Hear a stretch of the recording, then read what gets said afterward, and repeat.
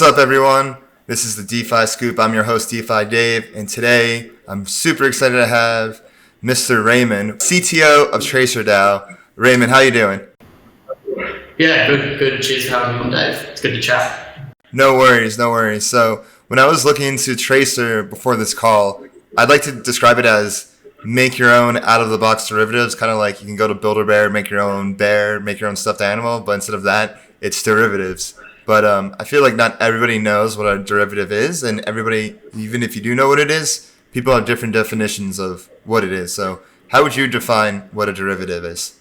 I guess derivatives can be quite complex beasts. The way I sort of like to think about them at a high level is if you want some type of exposure to assets, for example, you think the Tesla price is going to go up, so you want to earn money if the Tesla price goes up. You could go and buy actual Tesla stock, but that's not always the easiest route. So derivatives basically allow you to get exposure to an asset without actually holding it. And this basically creates some cool things because not only then can you get exposure if it goes up, you can also take short positions for when it goes down. You can get exposure to more like exotic things. So yeah, they're super helpful for that. But exposure without holding the asset is how I like to think about it. Cool. It's basically an abstraction away from the asset. So instead of you physically holding the Tesla stock, you may have just a long on it or a short on it. Yeah, exactly. Which is why it's perfect in crypto world, right? Because most assets, like real world assets, aren't on chain. So you see a lot of derivatives to get exposure to real world things without actually needing to physically hold the asset itself. Yeah, and so what's the history of Tracer? Like, how did it come about? Like, I remember you telling me before it kind of came out of you guys were in the Chainlink community, and then from those oracles, you're just like, hey, like, how can we like utilize these oracles to begin with? Yeah. So we sort of started, me and a few of the other co-founders in the Chainlink ecosystem. We started off running a Chainlink node. We sort of knew the power of data at that point, and we saw it being the biggest problem in DeFi. Which is why we started all the way back there. We knew for protocols to run, we needed to have good data, right? So that's sort of where we started, and through that we got exposure to a lot of database problems and really got to understand how data was working in DeFi. And ultimately we wanted to build this like big suite of financial and derivative products. And that was like our end goal, but we basically realized we're going to have to go right to the very start and help build this out from day one. We started in the Chainlink space, and then we were watching all these other protocols do derivatives and very sort of specific derivatives. Obviously DYDX was taking off at the time, and they've done really well still.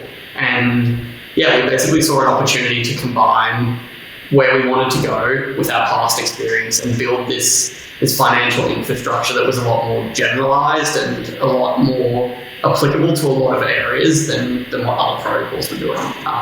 So that's sort of where we started, and we then had this dream vision. We had the data side that we knew how to do, and then we had to kind of go back to fundamentals. So we had to start building out actual derivative contracts and figuring out how that all would work on chain. And then from there we started building things up over time.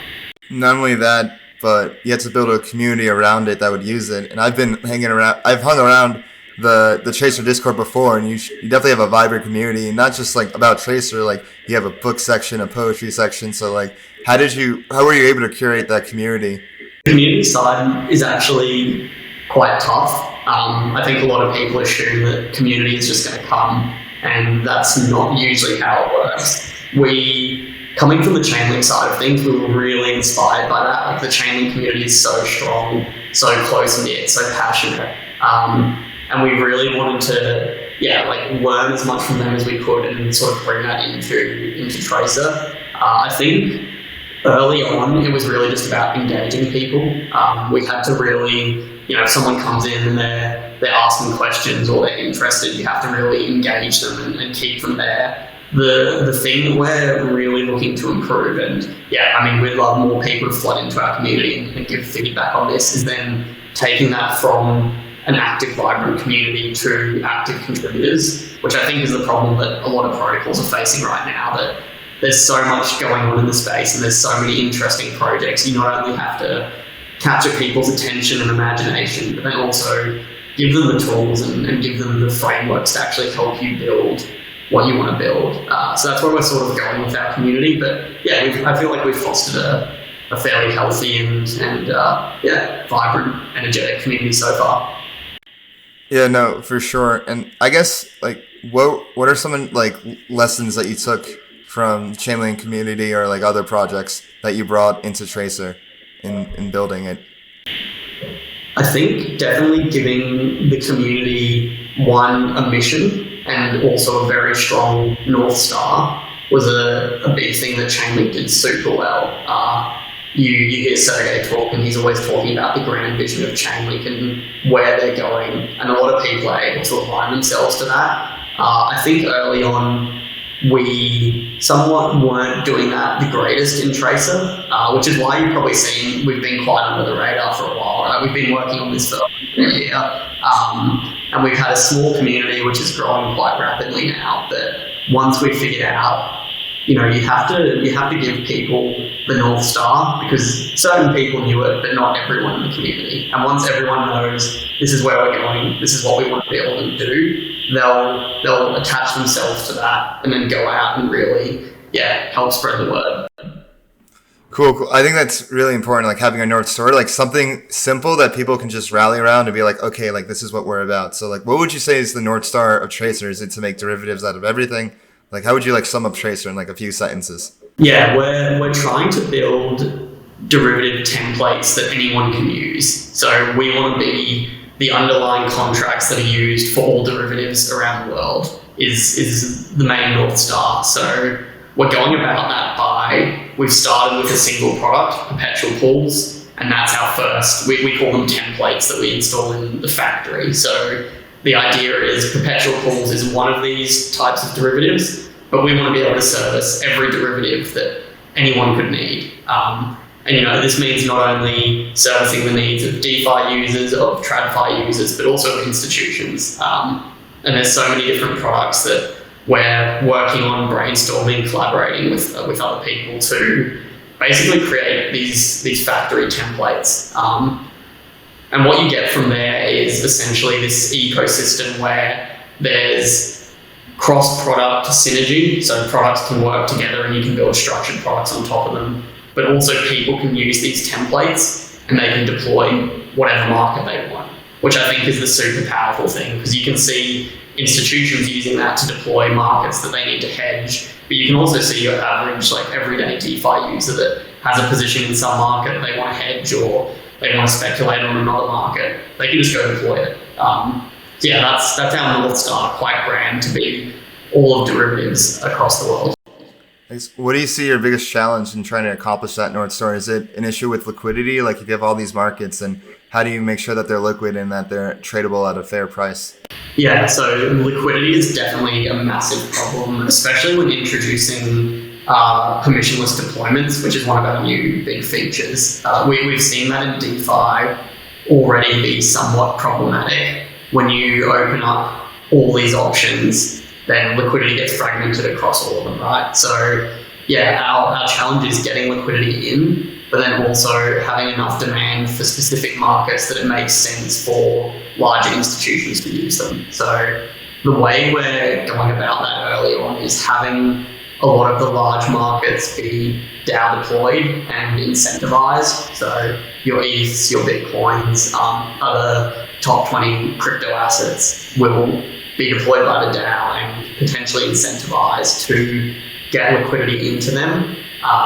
And then the approach for smaller, I guess more unique markets is to be community grassroots first. So we're reaching out, we're working with the Frax community, which I think you saw that Twitter space, but really getting into these other communities and helping them figure out what type of derivatives they want to be able to do the things they want to do, and then just supporting them. What are you guys doing with Frax? Like, are they your first partners? Like, what do you guys have in store?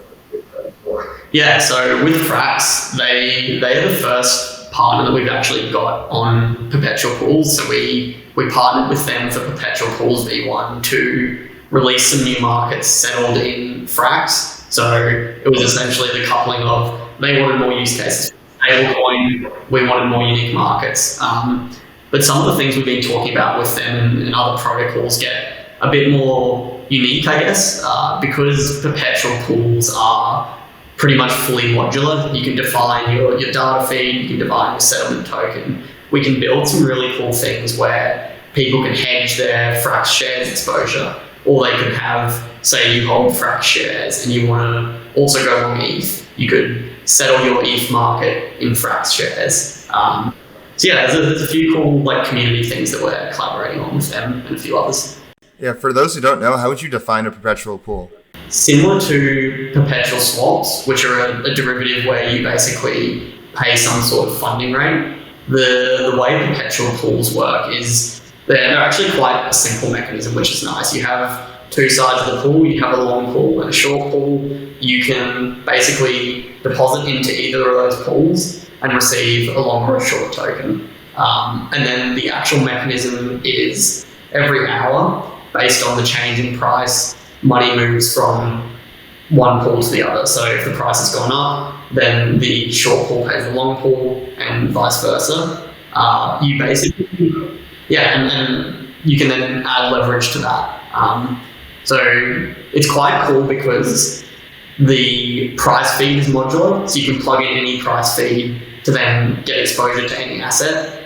The tokens that you deposit into the pools, you can also set. So, if I wanted to deposit a DAI into a long pool or a Frax into a long pool, you can customize that as well.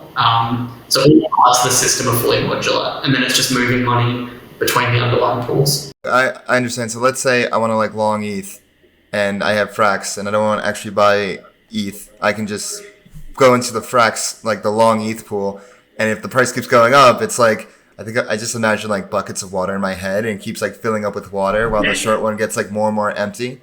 But then if it goes down, then the opposite happens. It's literally a clock with water, kind of like a water mill, basically going one way and then the water mill goes the other way. And the cool thing about being able to customize the underlying token is you don't have to lose that exposure either. So in the Frax case, if you're holding Frax shares, their governance token, and you want to use that, but then you also want ETH exposure. If Frax goes up and ETH goes up, you're getting more Frax because of the pool, and then the price of your Frax shares is also increasing. I'm really excited to see people experiment with that and create some cool things. I think it'll be interesting. And it doesn't just have to be price. There's so many different markets you can make. It could be, for example, with either Frax gauges or curve gauges, you can basically guess it's which gauge is going to be the dominant gauge.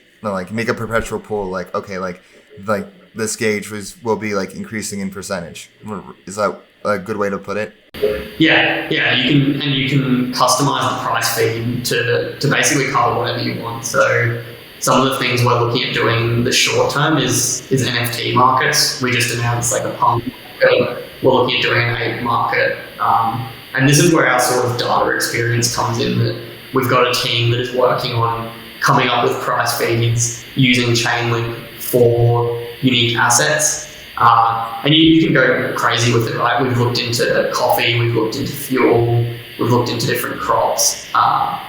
And I think because the actual contract is so simple and easy to use, once it's in the hands of people that are excited by it, there'll just be an explosion of unique and cool markets. Yeah, so if let's say I don't have enough money for an ape, but I still want to long apes, I can just go in the ape perpetual pool. And especially in this kind of market for apes, it just keeps going up and up and up. But what happens if there's nothing else in the other bucket? Let's say no one is shorting it. Then does nothing happen? This is basically where there's almost a funding rate paid between the pools. So the way it works is it takes money. So in your case, there's very little money in the short pool. If the price goes up, it moves a certain percentage from the short pool to the long pool. So price goes up 10%, 10% of funds move from the short pool to the long pool. But if the short pool basically has no money in it, 10% is going to be pretty much nothing, right?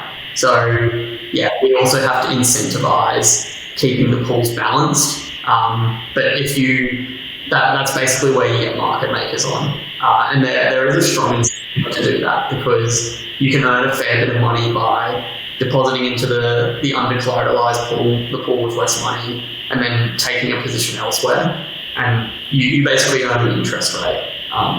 And we're building like structured products to be able to do this too. So let's say I want to like short an ape, or like let's say I'm a market maker and I want to short ape, and like I see an opportunity to short apes. I can basically like go market make in the short pool and then do something else like to hedge myself. I'm not sure like what, I can't think of something I could do. Like what would be something I would be able to do to like hedge that bet? If you're short apes, I guess buy an ape is the best approach. Maybe you can just buy like a fractionalized ape on fractional or something. Yeah. You buy a fractionalized ape, you short it in the perpetual pool, and then you're balanced there. Yeah. So, and what we'd be looking to build, like in that case, where we're building like a vault system on top of the pools. So, we could have a vault where you deposit in USDC, it will take a short ape position, and then it'll also save up money and then buy an ape itself. So the vault would be neutral, short ape holding an ape, and it would earn the interest rate. So yeah, that's something we're working on now. Cool. Yeah, because like if I want to save up and buy an ape, like this is definitely like this is definitely the easier way to do it over a long period of time. Yeah, and you can go leverage as well if you believe in it. Do you have any NFTs at all? Like, do you have an ape, or like have you like how long have you been in crypto for, and like when was your first exposure to NFTs?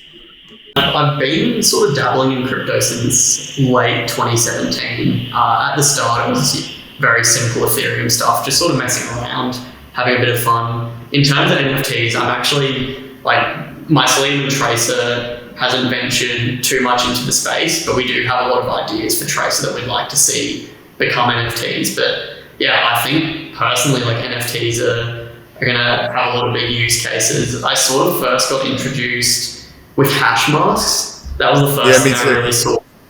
Yeah, so and that was pretty cool, right? Like how they did that mechanism, and they were sort of the big first generative outside of punks and CryptoKitties, which were pretty wild. Yeah, well, everybody had such high hopes for a hash mask. I mean, like they still like are kind of vibrant, I guess, but in a sense, like a little disappointing. I mean, like I love my hash mask, and I still have it, and I don't intend to sell it, but like I feel like there was an expectation like these look so cool, like they're generative and like they have all these like hidden like things going on, but there's a difference between like like our own small circle of crypto people, especially at that time. Crypto was only just like DeFi and stuff. It wasn't Web3. I don't think Web3 was even a thing at the time.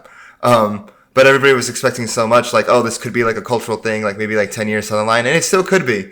But like, no, I don't think like DeFi people really thought apes would be as big as they are. And I feel like that's just how markets work in general. Like things just come out of nowhere, and like you just like apes when they first came out, I don't think anyone saw it getting as big as it did. Right, like it was cool at the start, but then there was just so much energy, and they just kept. They definitely have a certain aesthetic, and different like they invoke a certain feeling when you look at them, just like bored apes. They're just like they just look so unamused. And then it just I guess like just the way they look, they just look cool, and then eventually they just took off. And definitely the community, like talking about community, like what a community that propelled them to where they all are today. Yeah, and I think that's why you can't underestimate the community aspect. Like it's almost hard to put a finger on exactly what the ape community was. I was there from day one, and I can't even put a finger on what it was about it, but it just felt energetic, and people were just doing interesting things. There was a lot of energy from a small community that then just sort of kept growing. From my understanding, it was a lot of NBA Top Shot people kind of gravitated over to apes, and so they had definitely like they built up some experience from NFTs from that, and like most people that are NFT native came from like just last year around this time when I think like the first NFT really to take off was, I mean, there was a few big moments. There was like Beeple, 69 million, OpenSea was taking off. Punks were pumping at the time. Blau like sold $11 million worth of NFTs, and everyone was just like, what is this? Like, why does this matter? And some people were just like, how can we capitalize off of this? And then like you had the whole PFP movement like in the summer, and so now there's like, it's funny, there's been 3 NFT bull runs. Some DeFi tokens are like having their moment, but it's like a way different game. Like with DeFi, you can argue that DeFi has been in a bear market. What people expect from things and what actually happens is always different. Yeah, for sure. I think we will see somewhat emerging of the two in probably this year, to be honest. People are talking about, borrowing against your NFTs. Obviously, we're doing derivatives. A few others are doing derivatives. So, I think you'll see the meshing of NFTs and DeFi sometime this year. I mean, even like Uniswap doing Uni V3, where you get an NFT for your position. Like, people are thinking of unique ways to combine the two. And I think we'll sort of see. You can make tracer pools based on the liquidity of Uniswap pools. Like, or like what the volume of something is, but I guess that could be easily manipulated. Like if you're like a whale, you just create a tracer pool, and then you just like, oh, let me just like you short it, you just take away a bunch of liquidity, and then I don't know.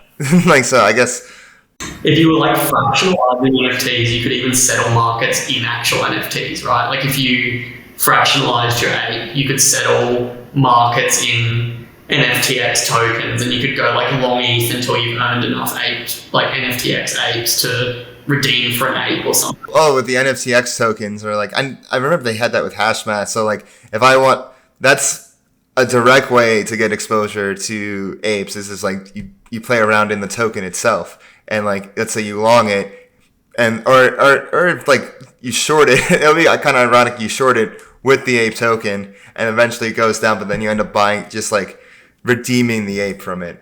Yeah, it'd be a cool way to get apes. It'd be an interesting.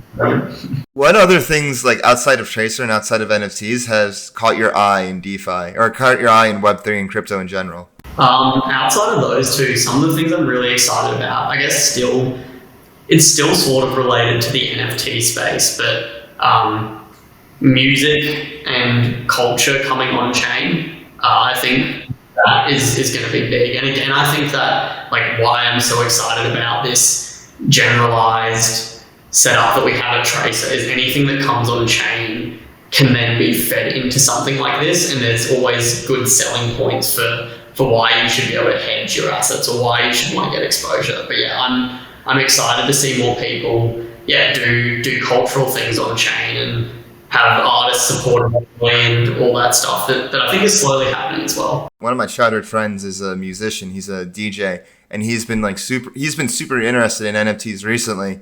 And I was hanging out with him. I'm just like, you should just like go get your hands dirty, like go buy an NFT and like go find something that you like. And he honestly had such a miserable. It sounded like he had such a miserable experience. Like he bought like one NFT that he liked, but like apparently, like I haven't done it, but like apparently the whole whitelist craze, like you basically have to like jump through like 50 hoops to like get like a chance to do it. And he was just like, this is broken. And then he goes, I won't name his name, but then he went to like a certain music platform, heard all the artists, and he was just like, wait, like these artists are like aren't that good. Like it seemed like a lot of like things are just kind of being like propped up in the moment because it's just like, oh, it's the hype cycle. It has like these certain backers and whatnot.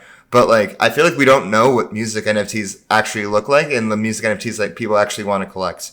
And like, there's definitely room. It's going to be a thing, but it's kind of like no one predicted apes. Like, I don't know, like what's going to be like the music NFT. Yeah, and I don't think anyone really knows. Like, there's a lot of platform plays being made, but it'll be interesting to see how, because like you said, at the moment, it's a lot of small artists releasing stuff, and it does feel like it's almost like peak hype cycle, like people are doing NFTs just for the sake of it, but usually from that, the use case come out. Like from DeFi summer, we went through all of that, and then post DeFi summer, we actually figured out what worked, what doesn't work, and then people got to head down. But with NFTs and DeFi, they're so different because like NFTs, it's just, it has to have like a certain vibe, a certain aesthetic, and of course like a certain community.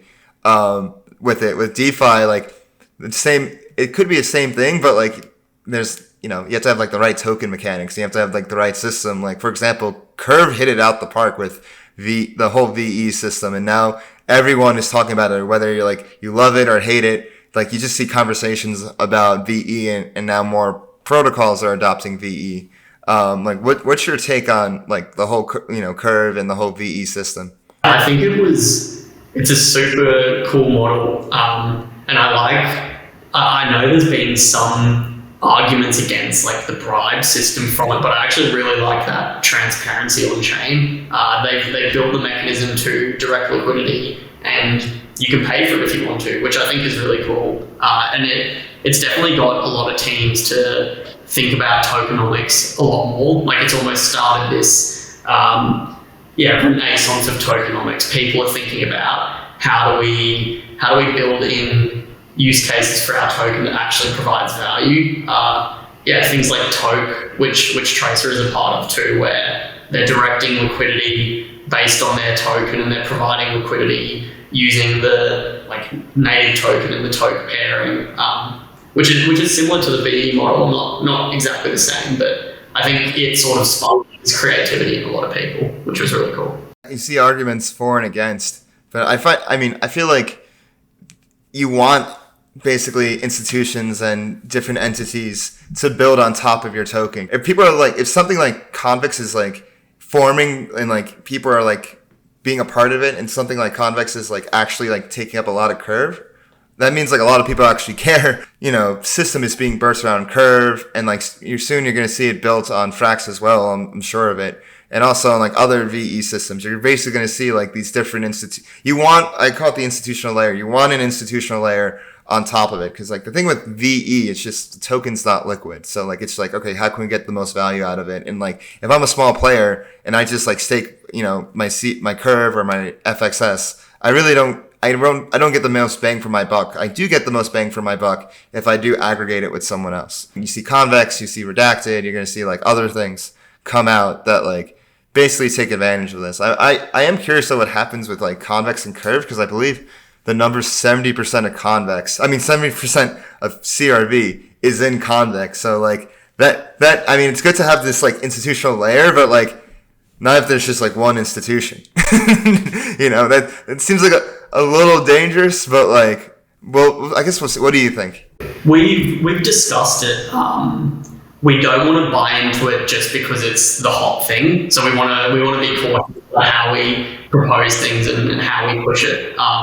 The one thing that we have really been pushing down though on the point of tokenomics is actually being sort of a utility protocol for other people to help improve their tokenomics. So you were mentioning, small communities and small protocols that spawn. They are currently using things like the VE model to get utility and to gain a treasury. But we could also provide through Tracer like a platform for them to actually provide markets using their governance token, and then take that and use that back in their system, which again comes down to being sort of grassroots first. So we're pretty keen to push down that road, and I don't think we're not going to say like completely ignore the VE model, because obviously there's a lot of perks there, but we've sort of started looking into it in our own way and how we can apply it to Tracer, and especially like the Tracer token too. How does the Tracer token work and fit into the whole Tracer platform?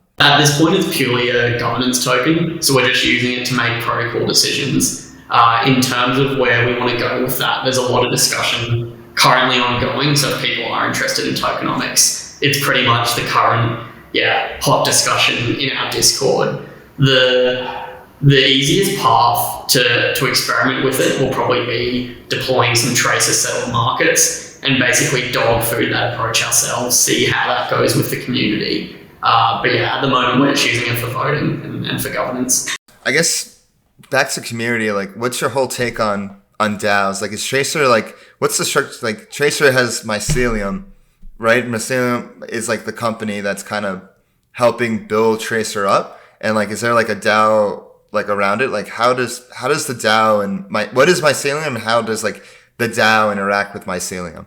Early on, we spawned the DAO there was 100 tokens to claim, and anyone could claim them. A contract was deployed. So we sort of seeded the DAO in a decentralized way from the beginning. And most of those 100 people are unknown, and they just, basically helped found Tracer. Then what we did is Mycelium is currently just an Australian company, and we put forward a proposal to be the core contributor for Tracer and to essentially build out all the infrastructure that we're still working on. And through that proposal, we got tokens, and then we've sort of gone from there. In terms of the DAO space, we're actually really deeply involved here in Australia at the moment. So we've got a few people from the Mycelium team. One of our co-founders, Jack D, is pushing a lot of the DAO conversation here in Australia. And what we're hoping to see is DAOs eventually become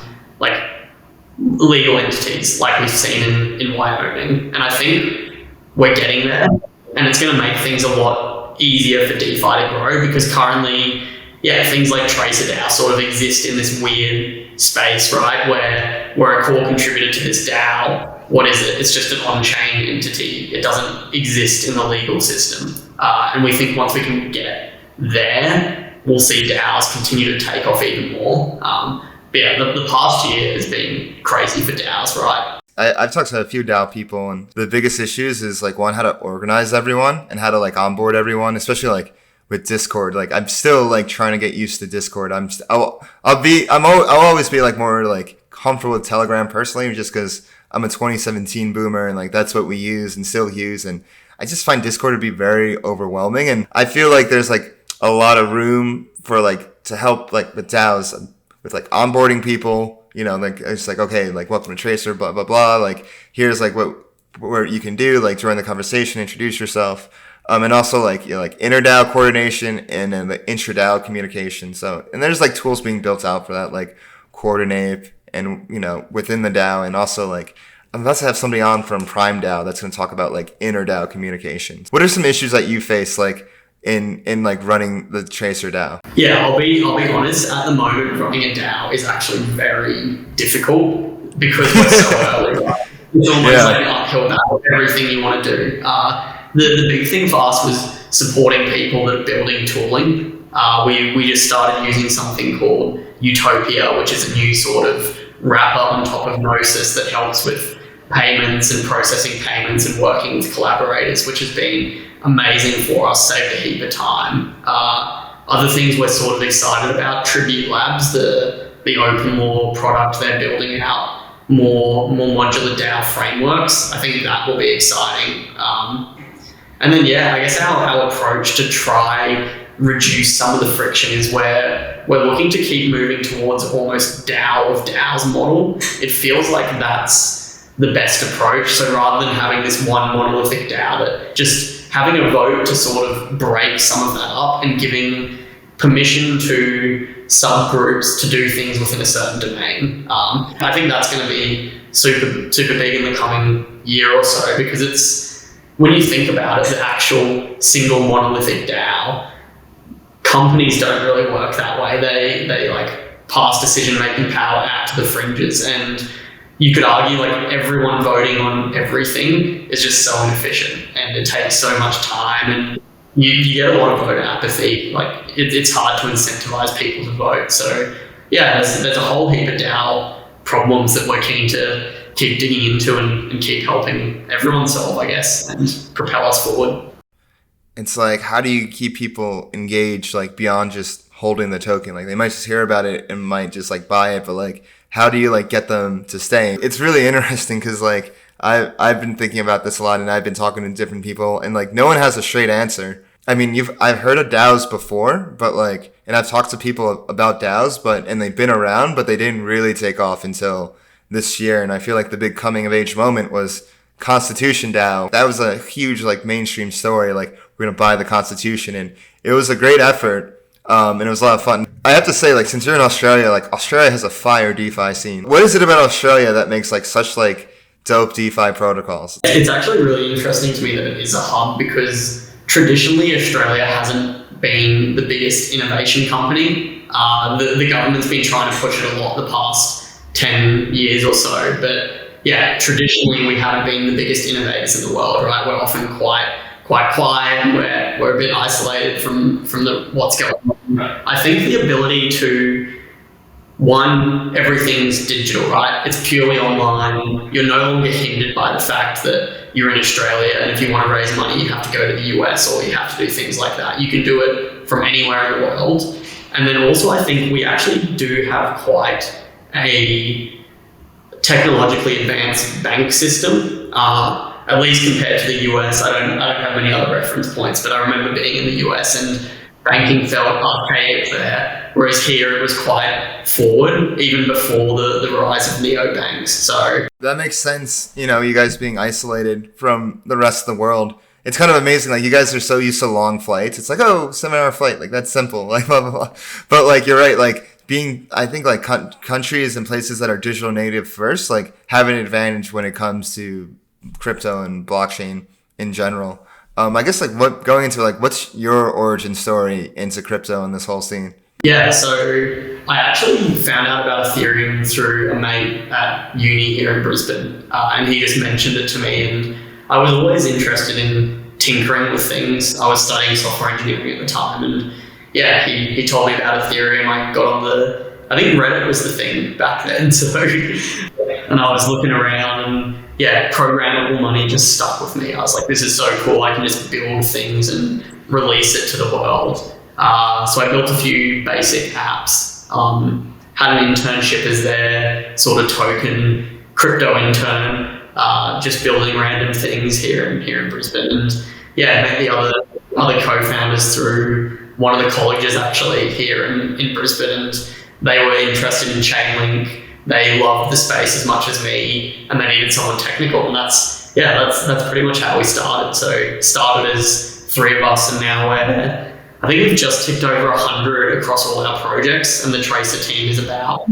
25 to 30 all up. So yeah, it's been a pretty interesting journey, and I think that's the coolest thing about crypto, that we got to be a part of the evolution of everything. We got to watch it all. We got to contribute. You feel like you're a part of something. It feels like, you know, people talk about like the metaverse and like GameFi. No, like like we're playing the game. The best GameFi game is DeFi.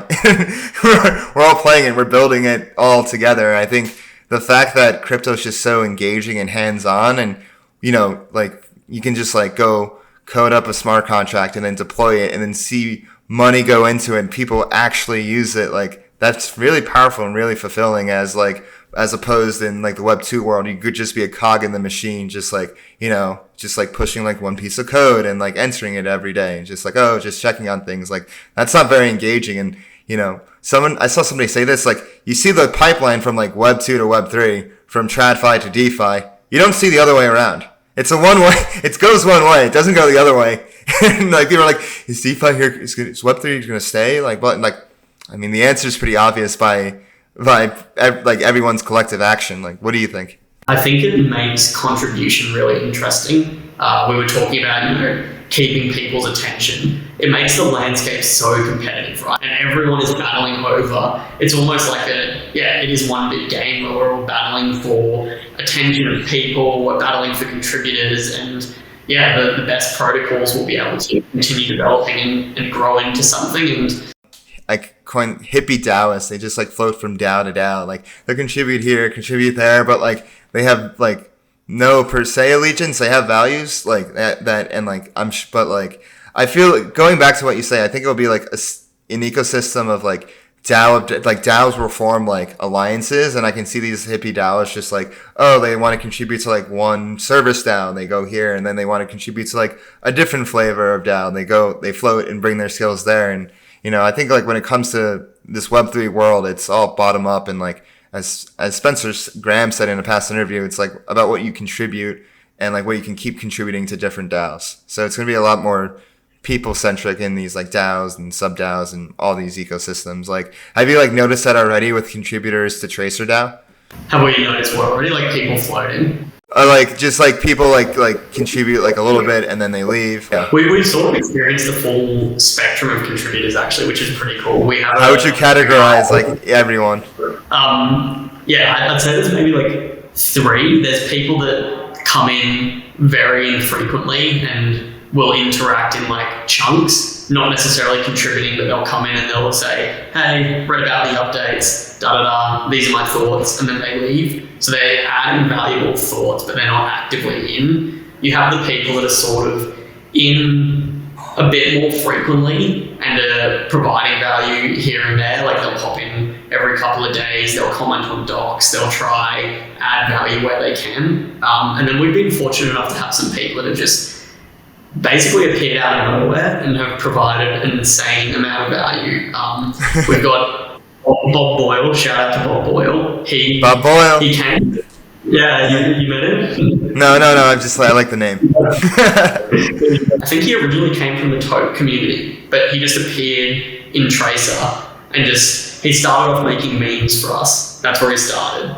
And he's just growing into this. He's almost like our DAO BD. He's going through all these DAOs. He's helping us build integrations, helping us collaborate, and just providing an immense amount of value. Some random guy that we've never met in person, he just appeared and provided so much value. And I think that's one of the coolest things with DAOs. Doesn't matter where you are, doesn't matter what you're doing. If you provide value, you've got a home. Yeah, doing DAO to DAO BD or BD in crypto is unlike anything else. Because when I was at Gelato, I was just going to Discords. Hell, I went into the Tracer Discord and we got a discussion going there. I'd love to see you guys use Gelato. I feel the automating not just perpetual markets, but maybe you have timed markets when it's done. Gelato, there's a simple condition that's just hey, when this market's finished, it's decided via Gelato bot that pings an oracle. We've actually talked to some of the Gelato technical guys, so we're super keen to integrate that into V2 because we already have a keeper mechanism that does the movement of funds between the pools. So we basically just have to wrap that in Gelato and you're done. And then obviously other people can earn money for calling it or for running a Gelato bot. So yeah, that'll be super cool. So you mentioned V2, can you give more details about that? So right now you have V1 out, what do you imagine for V2 of Tracer DAO? It's coming out within a month and a bit, where we're super close, where we're finalizing audits and whatnot. The full sort of advancements we've made, there's a few really big ones. So first of all, permissionless deployments. V1 was sort of only DAO could deploy markets. We're going to have full permissionless deployments. So this sort of powers what we were talking about before. Anyone can come along, pick their oracle, pick their underlying collateral, and create a pool. That's the first thing. We've reduced volatility decay, which was a big problem we had with V1. For some context, volatility decay is something that's experienced with a lot of leverage products, and it's basically if the price is very volatile, you lose money over time due to that volatility. So we've used a few different tricks in V2 to enable you to hold the token longer term and it not just be a short. So that's a big one. Could volatility decay ever be fixed, or are you just is this something that's just inherent in leverage derivative systems and you're just doing things to kind of prevent that decay more and more? Yeah, no one has figured out how to fully remove it completely. So it's a matter of mitigating, and you can make trade-offs. And again, this is where a modular system comes in handy. We can actually still deploy oracles like we have in V1, where there's more volatility decay, but it means that you can use them for more short-term bets if you want. Whereas we now have, we're using SMAs, basically simple moving averages, to smooth the volatility over time. Oh, okay. That makes sense. Having a smooth surface rather than jag. I feel when you have jag and move it, that's when the decay happens. Yeah, and we've all seen in crypto, it's pretty easy to get a lot of volatility very quickly. So yeah, especially with perpetual pools and stuff. I never use leverage or margin. You just hear about those random wicks out of nowhere in 2019, just wiping everyone. That was definitely a different time for certain people. But I cut you off. What else does Tracer have in store for V2? So yeah, the other perpetual pools improvement we're making is removing the minimum mint to burn amount. So for V1, you had to mint or burn $1,000 worth of tokens. We've completely removed that, which gives you a few things. First of all, it's easier access to everyone, but also it makes arbitrage a lot easier. So secondary market prices for these pool tokens should be more in line with the actual pool itself, because you no longer have to buy and then mint or burn $1,000 worth. You can arb small amounts.